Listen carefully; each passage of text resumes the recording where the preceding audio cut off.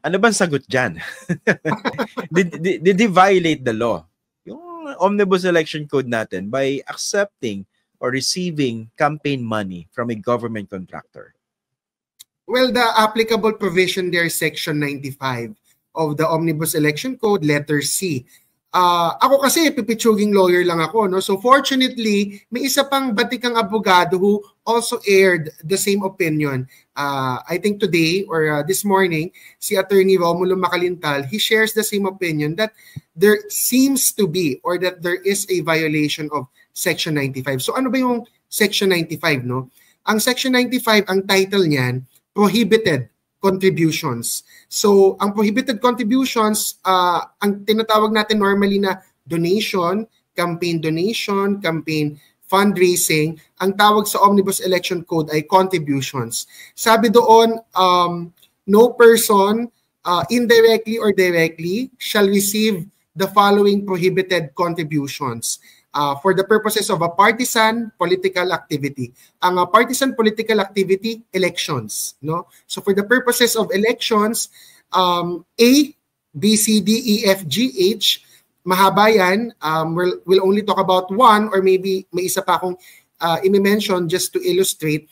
These are the categories of contributions na bawal tanggapin ng politiko or bawal i-offer sa politiko. No? So kapag na-consummate, pag nabigay mo at tinanggap, there's a violation already. So Section C, Section 95 letter C, no, says any natural or juridical person. Natural person tayo, mga pinanganak, no, galing sa ospital, galing sa sinapupunan, or juridical person yan ay mga legal fiction, mga artificial persons yan, like companies, hindi talaga sila totoo, but we treat them as totoong mga tao, juridical persons, any natural or juridical person. And hihimayin natin yan, importante kasi baka sa palusot later, no, sabihin, may lusot dyan. Any natural or juridical person who has a contract or subcontract. So kasama dito mga subcontractor, hindi lang yung primary contractor. But anyway, main contractor dito yung Centerways, which we will be discussing in a while.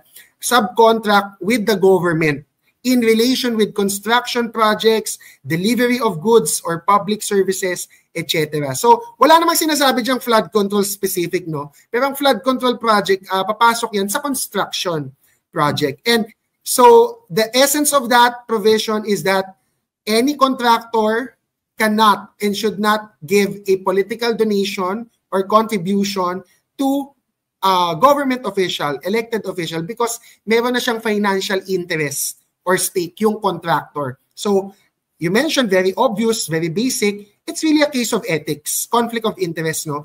Yung mamumuhunan, yung negosyante, mamumuhunan yan sa politiko. Let's be real. Diba? Kaya nga may issue tayo with the Villars sa Prime Water, sa Siquijor, because they are politicians and yet they're also businessmen, yung family nila, parang may conflict of interest kasi sila yung pumapasok sa business na sila dapat ang nag-regulate. Yung family nila pumapasok sa ganung business. Dito naman, merong, let's say, random person, sabihin natin kahit hindi connected kay Senator Cheese, but Senator Cheese admitted na kaibigan niya to, may kaibigan siya nagbigay ng pera, namumuhunan yan. Because you will not, walang negosyante sa buong mundo na gagastos ng sobrang laking pera. Maliit lang for Senator Cheese, but 30 million pesos, malaking pera yan. Hindi yan maliit. Hindi madaling ibigay yan. So kapag may nagbigay niyan, it's an investment. Of course, dinideny ni Senator Cheese na may corruption and wala pa namang clear connection or there's no clear allegation of corruption or interference na siya yung naglobby, etc. But the Omnibus Election Code doesn't care.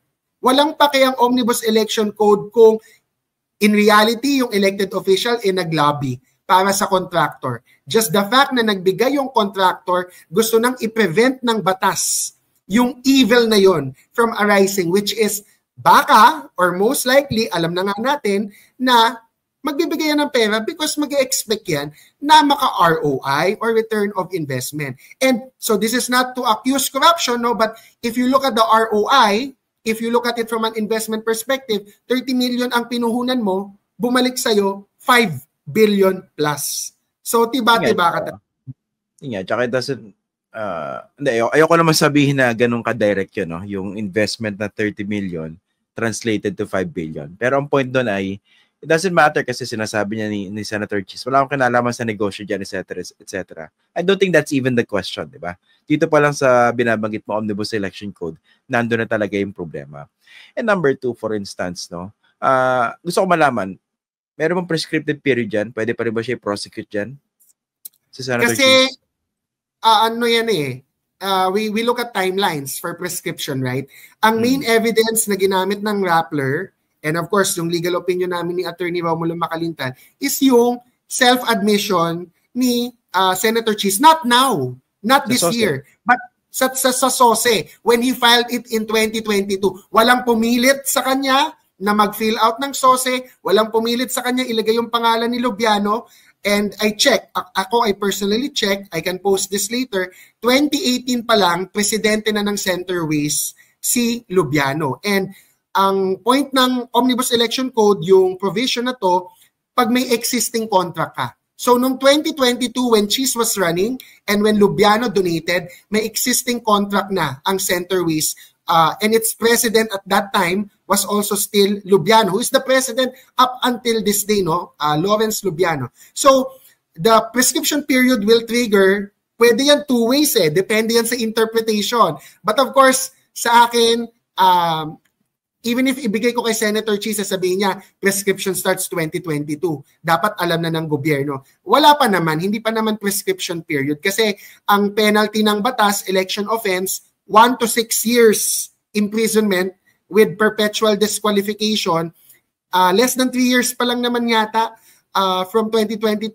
So, pasok pa yan sa prescriptive period. Hindi ako sigurado kung 5 or 10 years, no? But the COMELEC obviously has to start investigating, or somebody needs to file a complaint sa COMELEC requesting it to investigate this.